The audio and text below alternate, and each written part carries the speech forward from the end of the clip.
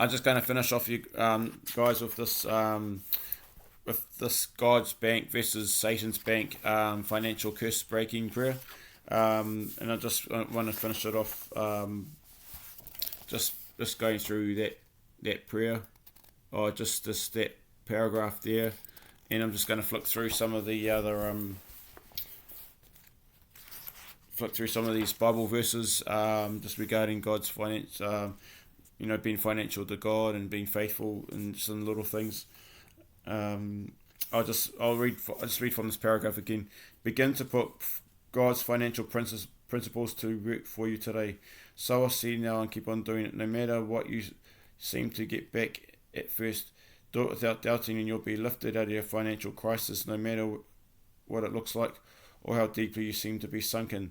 Do it diligently, consistently, and you'll be surprised with the results. Try it patiently and hard as you possibly can. You'll get a return that you don't even dream of yet. As long as you contribute to abide in God's financial principles, you can be totally transformed by the application of God's principles upon your life and by transforming the things that you give out.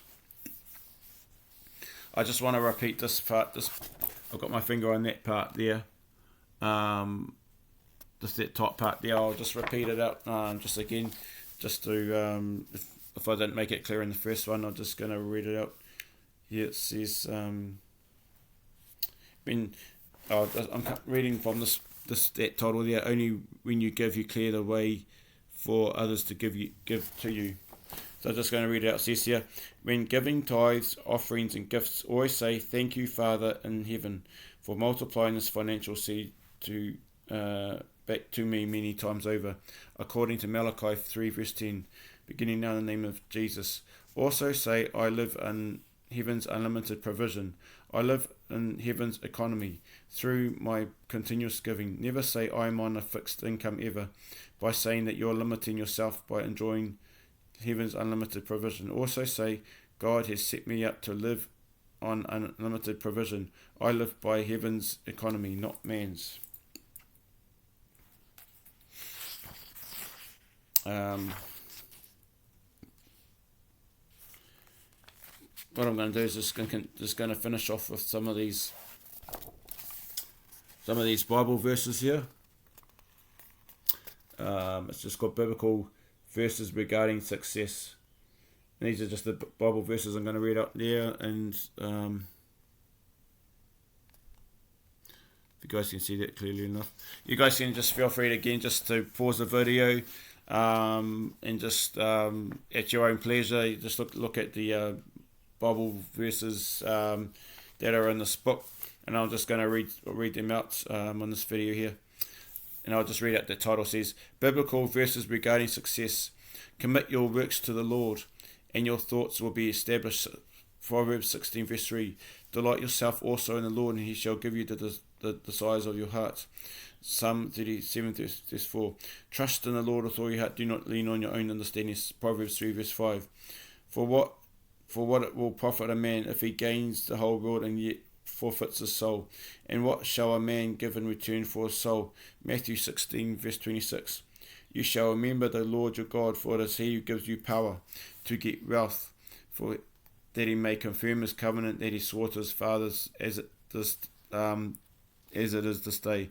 Deuteronomy 8:18. Blessed is the man who trusts in the Lord, whose trust is the Lord. Jeremiah 17 verse 17. Honor the Lord with your possessions and with the first fruits of all your increase. So your barns will be filled with plenty, and your vats will overflow with new wine. Proverbs 3 verse 9 to 10. Proverbs 3 verse 9 to 10. I just want to say, quickly, guys, just before I go into the next part of this video, if you guys are interested, search on YouTube.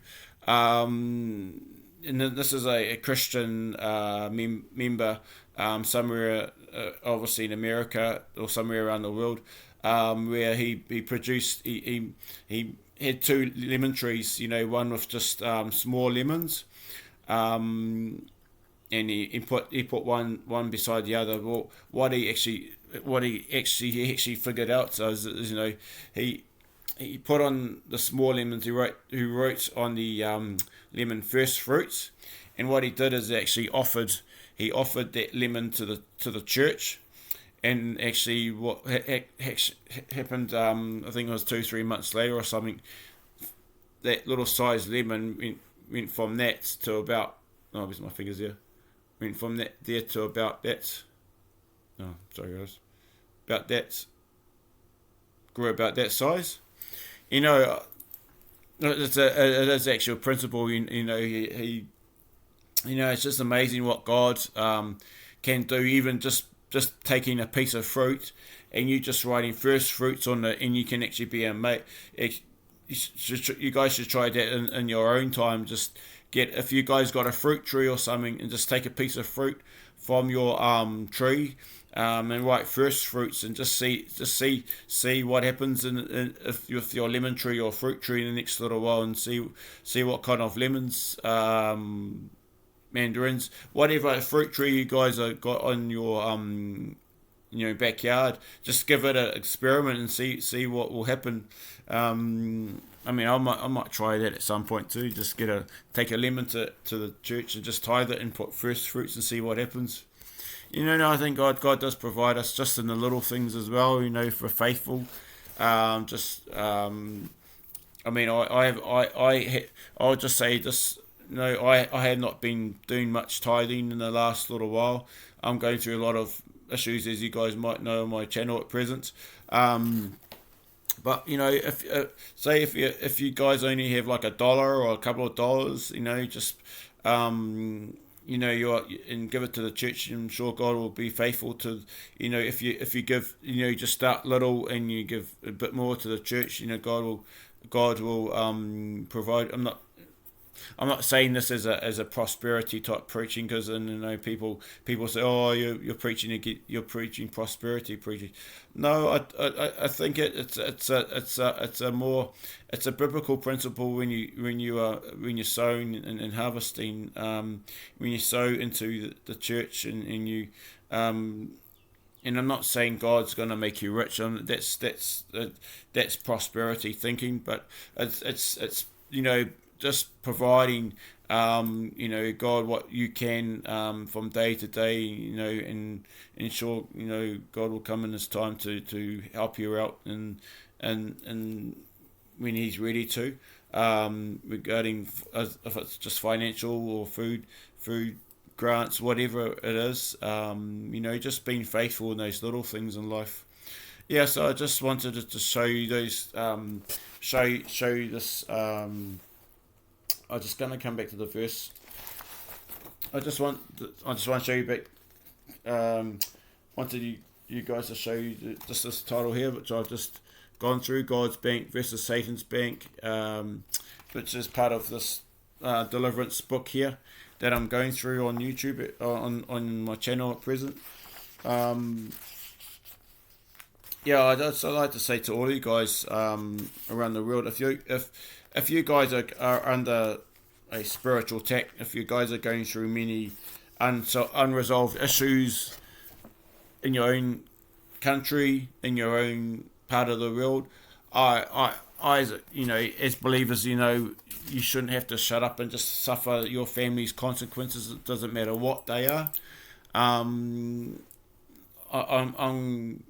going to be going to the local authorities and having good discussion about things. Again, I'm not blaming the individual at our house, because he is what he is. I think some of these issues is because there's been a lack of communication, there's been a lack of direction, there's been a lack of progress. I think there are many flaws in our country regarding mental health. Doctor-patient confidentiality, I think there needs a whole do-over as well, to have a more openness, with having families to come into to your loved ones' appointments to say, look, this is what I've been seeing, this is what I've been doing. Again, I'll just say this: I can understand there's privacy laws in this in this world, and there's doctor-patient confidentiality, but just keep yourself to yourself, and you just and your loved one spreads poison, doesn't matter if it's cigarette smoke or anything. I don't think that's really really good when you're trying to do your best to look after the house, and you're trying to do your best to help out other family members in your household. I don't think it's acceptable. You get a drug. I'm not. I'll just say I've said this in other videos. I'm not judging any people. I'm not judging anyone. Everyone takes medications for all kinds of reasons, for many conditions, and what may work for you doesn't work for someone else. I'm just saying as a general perspective is that I just think all of you people in society just need to be aware of what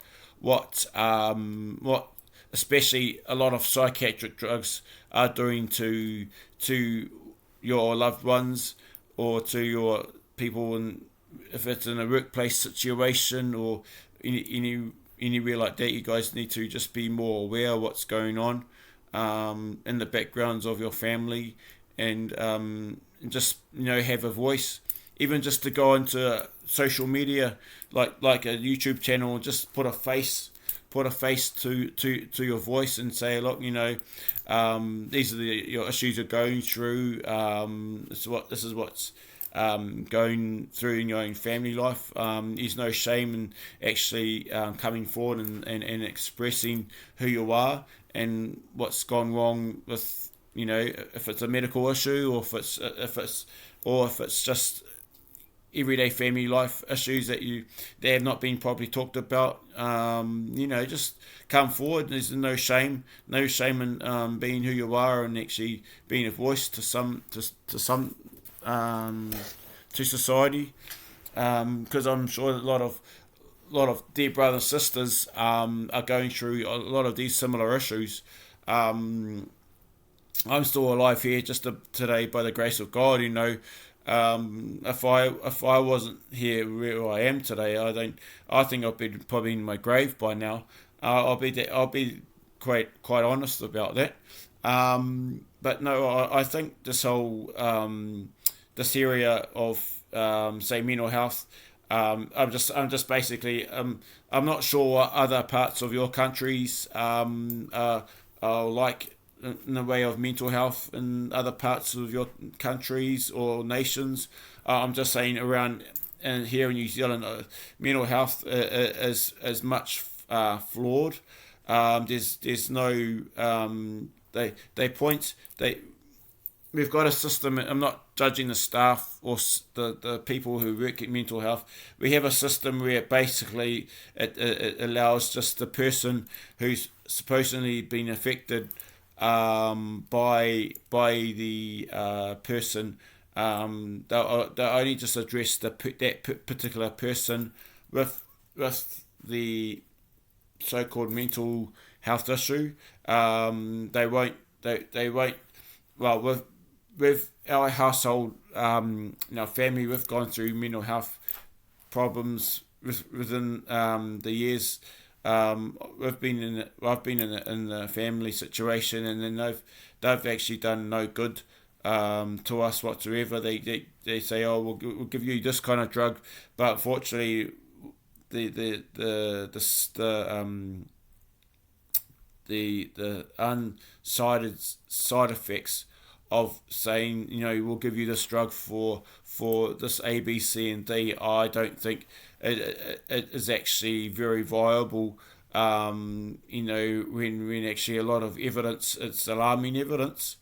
Now that many experts are saying that it's doing much damage to this brain, this frontal cortex of your brain around this part here, can actually do much damage.